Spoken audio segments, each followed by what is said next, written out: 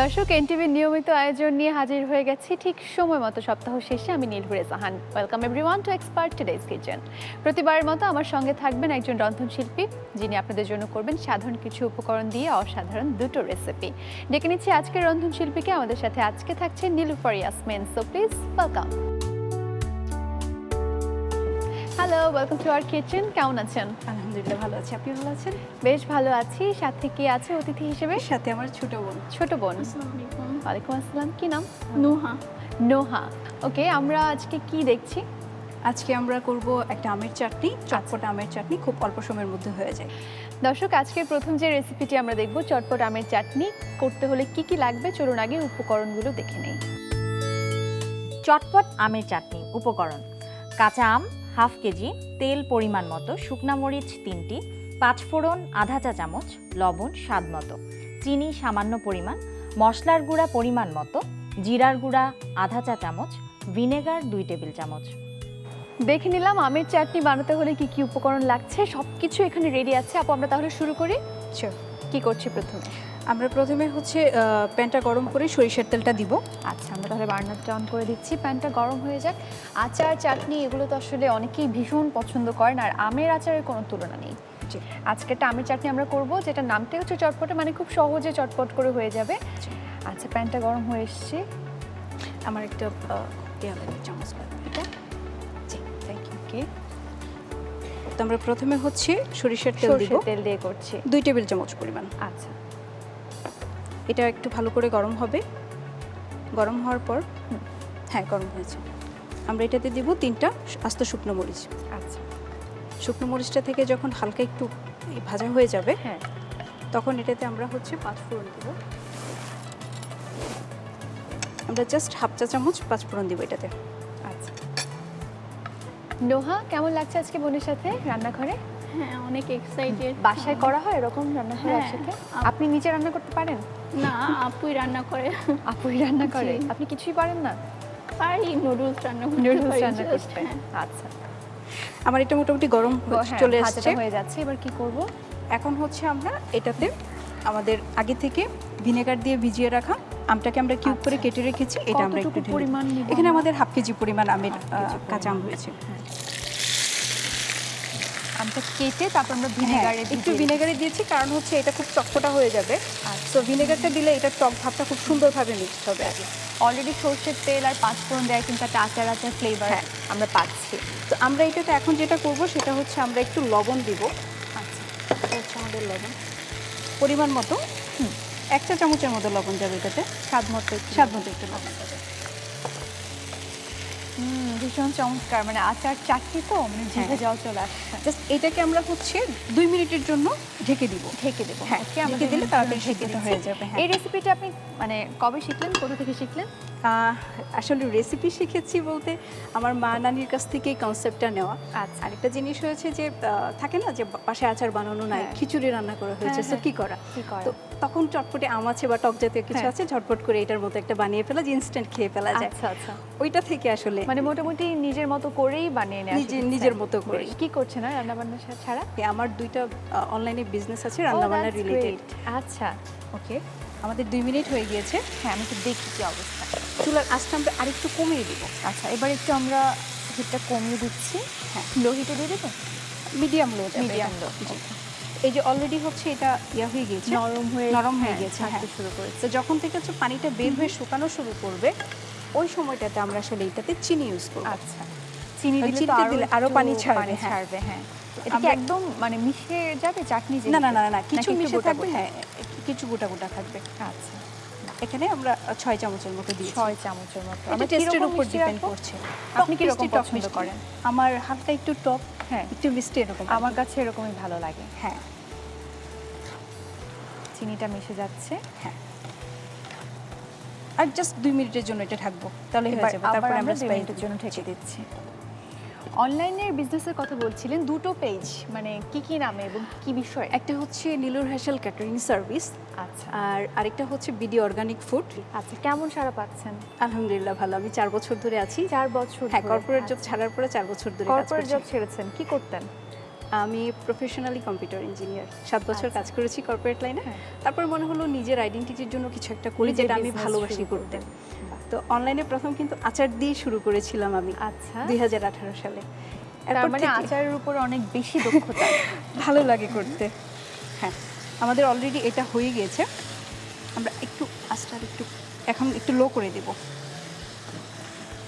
শুরু করে দিলাম। খুবই চমৎকার একটা ফ্লেভার পাচ্ছি আমি। জি, এখানে একটা মশলা করেছি, এটা হচ্ছে আপনার 5 ফোড়ন, আস্ত শুকনো মরিচ আর হচ্ছে ধনিয়া।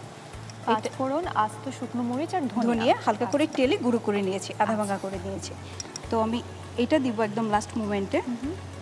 এটা যাবে, আর হাফ চামচ পরিমাণ হচ্ছে টালা জিরার গুঁড়া যাবে। টালা জিরের গুঁড়ো 1/2 চামচ পরিমাণ। অন্যরকম একটা মানে সব মিলিয়ে কেমন যেন একটা স্মেল আসছে। হ্যাঁ, এই তো এটা হয়ে গিয়েছে, হয়ে আর গেছে। জাস্ট 2 মিনিট হলে এটা হয়ে যাবে। আবার একটু ঢেকে দিই। হ্যাঁ, এটা অ্যাকচুয়ালি মানে সিদ্ধ হয়ে যাওয়ার পরে এরকমভাবে থাকলে চলবে। আর আমি যদি মনে করি যে আমি 2-3 দিন রেখে বা 4-5 দিন রেখে খাবো, সেক্ষেত্রে অলরেডি ভিনেগার দেওয়া আছে। বাট আমার যদি ইচ্ছা থাকে না আমি বাইরে রেখে খাবো, ফ্রিজে রাখবো না, সেই ক্ষেত্রে আমি হচ্ছে 2 টেবিল চামচ ভিনেগার দিয়ে দিলে আচ্ছা। সেটা ভালো থাকবে। ঠিক আছে, আমি কি তাহলে একটু দিয়ে দেবো? একটু ভিনেগার দিয়ে দেবো আমরা এখানে। এখান থেকে 2 টেবিল চামচ পরিমাণ ভিনেগারটা দিয়ে দিলে তাহলে ফ্রিজে না রাখলেও থাকবে। কতদিন ফ্রিজে না থাকবে? রাখলেও 7 থেকে 8 দিন থাকবে, নর্মাল টেম্পারেচারে সেটা থাকতে হবে। তো শুকনা চামচ ইউজ করতে হবে অবশ্যই। আর আদারওয়াইজ ফ্রিজে রাখলে কতদিন থাকে? ফ্রিজে রাখলে 10 থেকে 15 দিন, কারণ আসলে এত বেশি না রাখাই ভালো, আচার জিনিসটা তো। আর আগের দিনে যেটা হতো যে আচারের ক্ষেত্রে আমরা ঘানির সরিষার তেলটা ব্যবহার করতাম, তো প্রিজারভেটিভ হিসাবে সরিষার তেল, লবণ, চিনি বেশি করে মানে কাজ করে। তো এখনকার সময়ে যে সব কিছুতে তো একটু ইয়ে আছে, সো আমরা ফ্রেশ জিনিসটাও পাই না। এই ক্ষেত্রে আসলে ভিনেগারটা বা অথবা হচ্ছে লেবুর রসটা দিয়ে যদি আমরা একটু তেলটা অনেক বেশি দিয়ে যদি রাখি, নর্মালি হচ্ছে 1 থেকে একটু বেশি দিন 3 থাকবে। মাস অনেক দিন থাকবে অনেক দিন আচারটা। আমাদের হয়ে গিয়েছে। আমি সার্ভিং একটু দেখি। কোনটাতে সার্ভিং ডিশ? হ্যাঁ, হয়ে গেছে। আমরা এখন অফ করে দেবো। হ্যাঁ।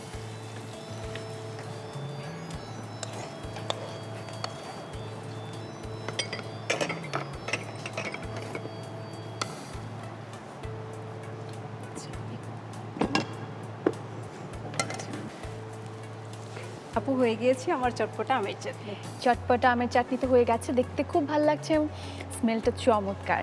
আমরা আপনাদের সুবিধার জন্য পুরো প্রস্তুত প্রণালীটি দেখিয়ে দিচ্ছি আরেকবার। প্রথমে ফ্রাই প্যানে তেল দিন, এতে শুকনো মরিচ ও 5 ফোড়ন দিয়ে হালকা ভাজুন।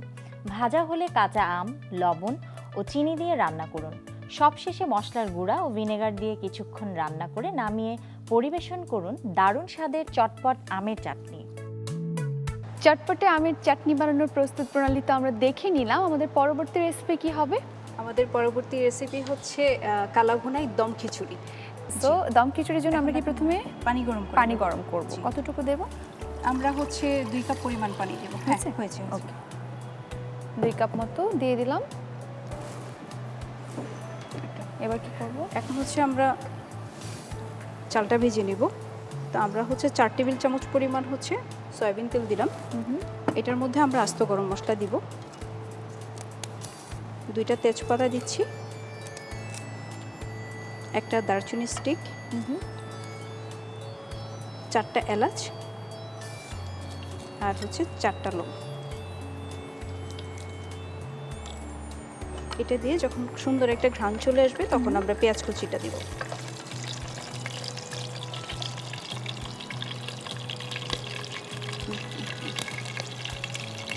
যেটা ভাজা হয়ে গিয়েছে, এখন আমরা পেঁয়াজ হাফ কুচিটা কাপ দিয়ে পরিমাণ পেঁয়াজ কুচি দিব। 1/2 কাপ পরিমাণ পেঁয়াজ কুচি। আচ্ছা,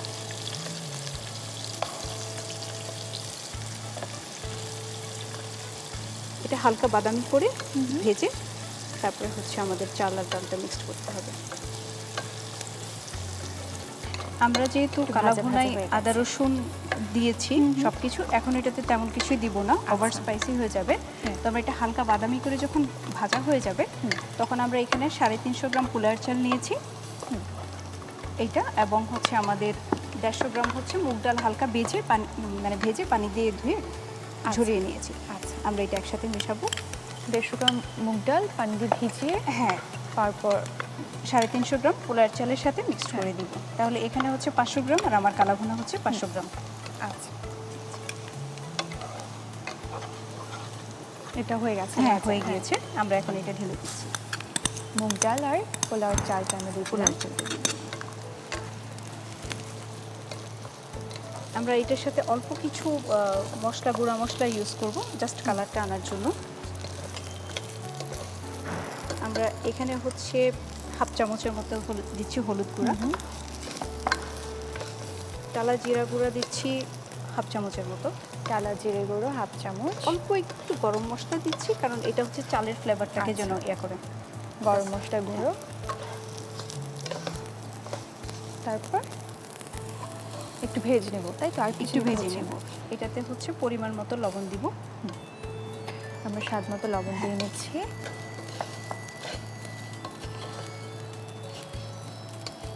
বাহ, এবার আচ্ছা, আমাদের চালটা ভালো করে ভাজা হয়ে গিয়েছে। এখন আমরা গরম পানি দিয়ে দেব চালটা সিদ্ধ হওয়ার জন্য। আচ্ছা, তো এখানে হচ্ছে আমার যে পরিমাণ পানি চাল এবং ডাল রয়েছে তার ডাবল হচ্ছে আমার যাবে খিচুড়ির পানি।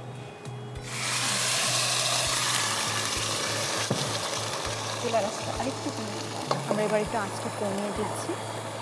আমরা একটু ঢেকে দিব এটা। হ্যাঁ, এবার আমরা ঢেকে দিচ্ছি না, পানিটা একটু কমে ঢেকে- এসেছে। হ্যাঁ, কমে এসেছে। আমরা এটাকে হচ্ছে একদম মিডিয়াম লো হিটে দিয়ে দেবো এখন। একদম মিডিয়াম লো হিটে দিয়ে দিচ্ছি। জি। কতক্ষণ এভাবে করতে হচ্ছে হবে? 10 মিনিট রান্না হবে। 10 পানিটা মিনিট যখন রান্না। সম্পূর্ণ টেনে যাবে তখন 80% সিদ্ধ হয়ে যাবে। সো 20%-এর সময় আমি দমে দিব। আমরা এখন এই মুহূর্তে হচ্ছে 5 থেকে 6টা কাঁচামরিচ দিয়ে দেবো ফ্লেভারের জন্য। জি, আচ্ছা। গোটা। গোটা কাঁচামরিচ ফ্লেভারের জন্য দিয়ে আবার ঢেকে দিচ্ছি। দিলাম। দেখি কি অবস্থা। আমাদের এটা প্রায় 80% হয়ে গিয়েছে। আচ্ছা, এই মুহূর্তে আমরা হচ্ছে কালাভুনাটা কালাভুনাটা মিক্সড করব। Thank you.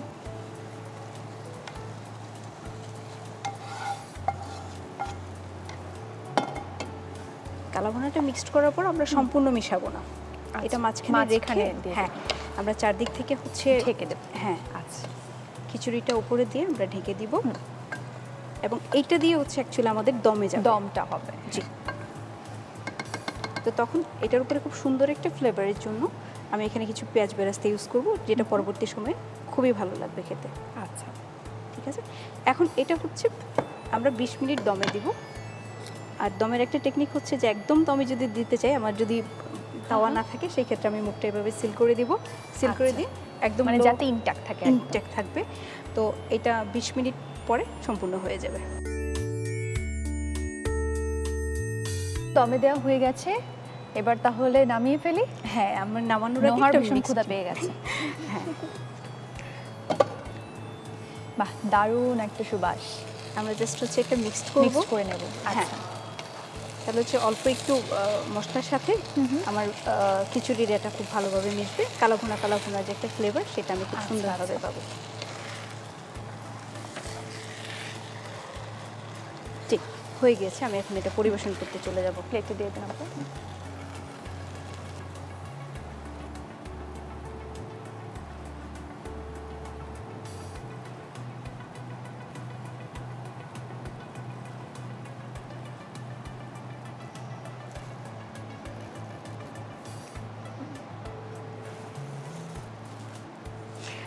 আপু, আমার হয়ে গিয়েছে কালাভুনাই দম খিচুড়ি। Thank you so much. খুব সুন্দর দেখতে, দারুণ সুবাস, কালা ভুনায় দম খিচুড়ি, এবং এটার সাথে কিন্তু আমাদের আগের আমের চাটনিটাও আছে। খুব মজা করে খাওয়া যাবে। তবে দর্শক, আপনাদের সুবিধের জন্য আমরা এর পুরো প্রক্রিয়াটি দেখিয়ে দিচ্ছি আরেকবার। প্রথমে একটি পাত্রে গরুর মাংস নিন। এতে পেঁয়াজ কুচি, রসুন বাটা, আদা বাটা, টক দই, মরিচ গুঁড়া, জিরার গুঁড়া, হলুদ গুঁড়া, স্পেশাল মশলা, ধনিয়ার গুঁড়া, তেল, লবণ ও পেঁয়াজ বেরেস্তা দিয়ে ভালোভাবে মাখিয়ে মেরিনেট করুন। ফ্রাই প্যানে তেল দিন। এতে রসুন কুচি, শুকনা মরিচ ও পেঁয়াজ বেরেস্তা দিয়ে হালকা ভাজুন। ভাজা হলে মেরিনেট করা মাংস দিয়ে কিছুক্ষণ রান্না করে নামিয়ে নিন। সসপ্যানে তেল দিন। এতে তেজপাতা, দারচিনি, এলাচ, লবঙ্গ ও পেঁয়াজ কুচি দিয়ে হালকা ভাজুন। ভাজা হলে পোলাও চাল, মুগ ডাল, হলুদ গুঁড়া, জিরার গুঁড়া, গরম মশলার গুঁড়া, লবণ, গরম পানি ও কাঁচামরিচ দিয়ে সেদ্ধ করুন। সেদ্ধ হয়ে গেলে ভুনা মাংস ও পেঁয়াজ বেরেস্তা দিয়ে 20 মিনিট দমে রেখে নামিয়ে সাজিয়ে পরিবেশন করুন দারুণ স্বাদে কালা ভুনায় দম খিচুড়ি। দেখে নিলাম প্রক্রিয়াটি কিভাবে আপনিও বানিয়ে নিতে পারবেন কালা ভুনায় দম খিচুড়ি। থ্যাংক ইউ সো মাচ আপু, চমৎকার দুটো রেসিপি আজকে আমাদেরকে দেখানোর জন্য। আপনাকে অনেক ধন্যবাদ, এনটিভিকে অনেক ধন্যবাদ। নোহা, থ্যাংক ইউ, অনেক অনেক থ্যাংক ইউ আপু। কেমন লাগলো? আলহামদুলিল্লাহ ভালো লেগেছে, খুব ভালো। থ্যাংক ইউ, আবারও দিচ্ছি। Thank you so much. আর তোমার জন্য খিচুড়ি চাটনি সব আছে, এখন শুধু খাওয়ার পালা। আমি একটু দর্শকের কাছ থেকে বিদায় নিয়ে নিই। ওকে, প্রিয় দর্শক, এই ছিল এনটিভির এক্সপার্ট টুডেজ কিচেনের আজকের আয়োজন। আশা করি ভালো লেগেছে। যে দুটো রেসিপি আজকে আমরা দেখালাম, ভালো লাগলে অবশ্যই বাসায় চেষ্টা করবেন। আগামী দিন দেখা হবে, সঙ্গে থাকবে নতুন রন্ধনশিল্পী, থাকবে নতুন দুটো রেসিপি দেখার আমন্ত্রণ জানিয়ে আমি নীল আজকের মতো এখানেই বিদায় নিচ্ছি।